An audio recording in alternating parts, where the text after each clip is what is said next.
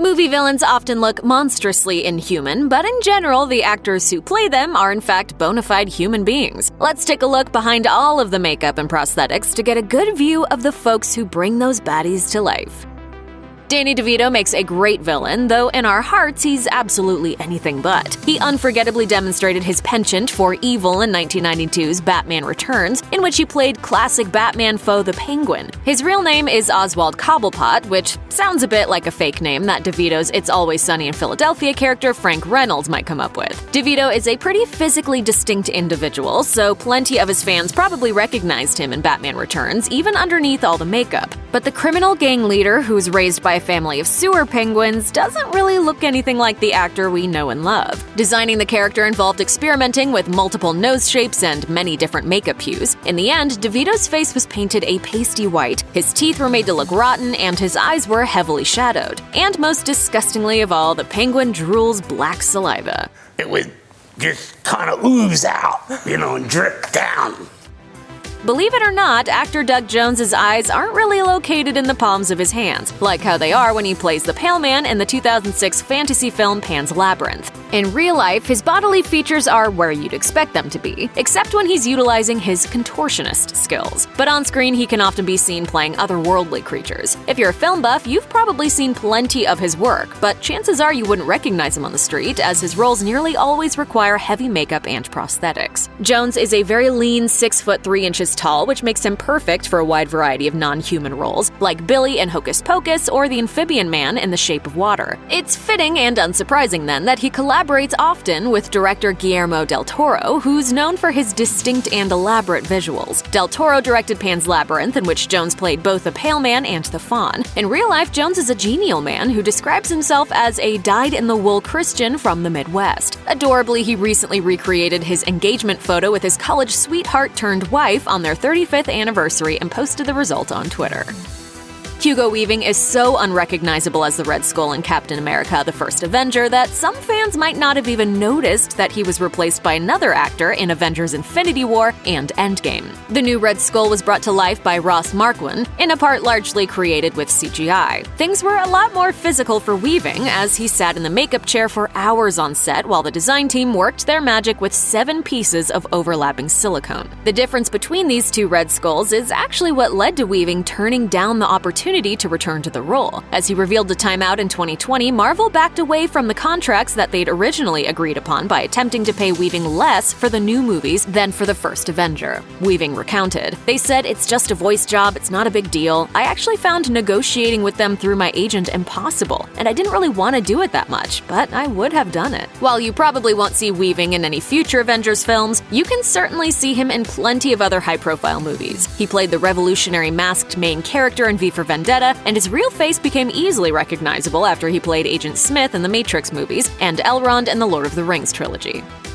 Jim Carrey's notoriously expressive face can render him unrecognizable from one moment to the next. The versatile actor has played many roles that have utilized his chameleonic nature. He was cartoonishly transformed for 1994's The Mask, he sported bright red hair and a green mask as the Riddler in 1995's Batman and Forever, and then in 2000 he wore head-to-toe green fur in How the Grinch Stole Christmas. You might call all of those roles a series of fortunate events, as they made Carrey famous and earned him plenty of dough, but the coincidences that plague the Baudelaire siblings in 2004's Lemony Snicket's A Series of Unfortunate Events, in which Carrey played Count Olaf, aren't nearly so whimsical. Portraying Olaf was no walk in the park either, as Carrey reportedly had to spend 3 hours in the makeup chair each day to play the villain who stalks and tortures the Baudelaires. But it wasn't all bad, as he's admitted that he had a, quote, childlike fascination with the transformational powers of makeup that he experienced in that film. It's safe to say that his fans share the fascination and love him no matter what form his features take.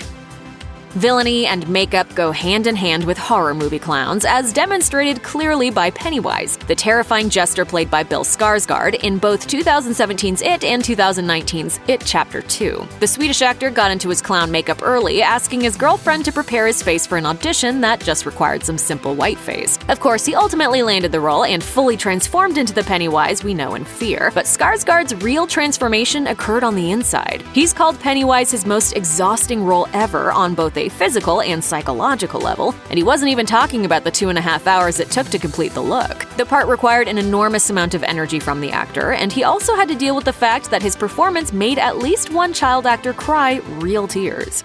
Yes, I'll feast on your flesh as I feed on your fear. Skarsgard comes from a family of actors, all of them quite handsome. His father, Stellan, has also been physically transformed for roles like Bootstrap Bill Turner in the Pirates of the Caribbean films. It's a testimony to the power of makeup that you'd never look at Pennywise and the barnacle-faced Bill and realize they're actually father and son.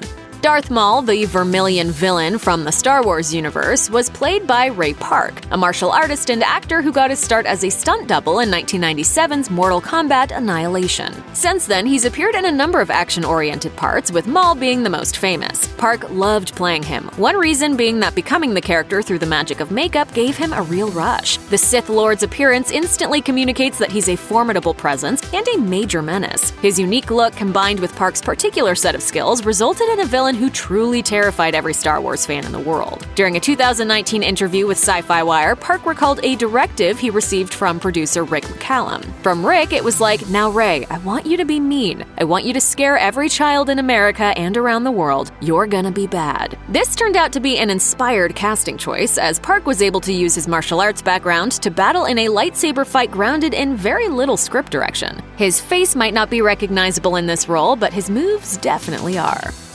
When Daveigh Chase isn't climbing out of the TV as she did in the 2002 horror classic The Ring, she's a considerably less terrifying figure. In fact, she's even worked as a model. Her TV and movie parts have definitely been on the darker side, though. Her first major live-action role was the 2001 psychological thriller Donnie Darko as the title character's little sister, and then starting in 2006, she played the sociopathic Rhonda Vollmer on the HBO series Big Love. In The Ring, Chase played Samara, whose fiendish powers have created a cursed videotape that kills people 7 days after they've watched it. While Samara is mostly seen with long black hair, a haggard face, and a white gown, we do briefly get to see her without ghoulish makeup in one scene. During a recording of a psychiatric session watched by Naomi Watts' character, Samara discusses her inability to control her psychic powers. Chase was only 12 years old when the film came out, so you might not recognize her nowadays if you see her on the street, both because she's probably not wearing all that villain makeup and because she's all grown up.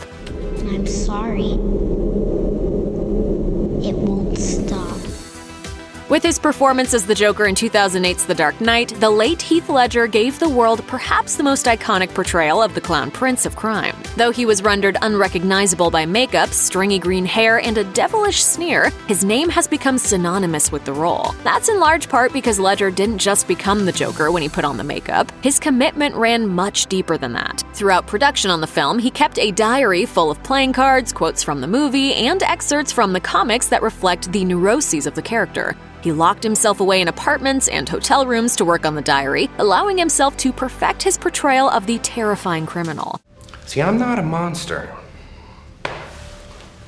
I'm just ahead of the curve. Underneath the Joker makeup, Ledger was a handsome man with dirty blonde hair. He also had plenty of other talents and hobbies besides acting, as he was both a former chess champion and an avid photographer. His acting work ranged from the 1999 teen rom-com 10 Things I Hate About You to wrenching dramas like 2005's Brokeback Mountain. The Joker was just one of his many triumphs on screen, but it's one that fans of his will always remember with awe.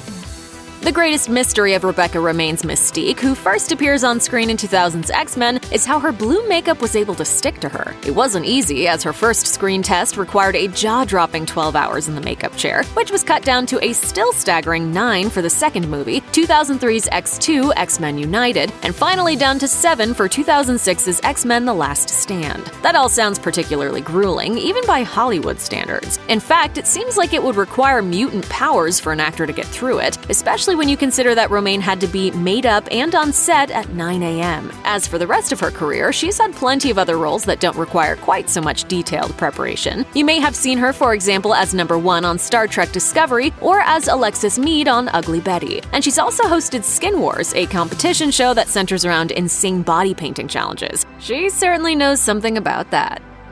It's not just the bald head and the missing nose that make Ralph Fiennes so unrecognizable as Harry Potter nemesis, Lord Voldemort. It's also the fact that the actor is rather striking in real life. And you don't have to look far for proof, as he's appeared in a number of films in which his natural face is fully visible. Though Voldemort's visage is decidedly different from Fiennes, the transformational process wasn't as complicated as you might expect. Temporary tattoos, false teeth, and fake fingernails were all it took to turn this talented thespian into the most despised villain in the wizarding world. Over in the Muggle world, you've probably seen Fiennes in a variety of flicks. In 1993, he infamously played war criminal Amon Gert in Schindler's List, which earned him an Oscar nomination for Best Supporting Actor. Then, 1996's The English Patient led to another round of accolades, and more recently, he's appeared in the likes of Clash of the Titans, The Grand Budapest Hotel, and the James Bond franchise, starting with 2012's Skyfall. Check out one of our newest videos right here. Plus, even more Looper videos about your favorite movies are coming soon. Subscribe to our YouTube channel and hit the bell so you don't miss a single one.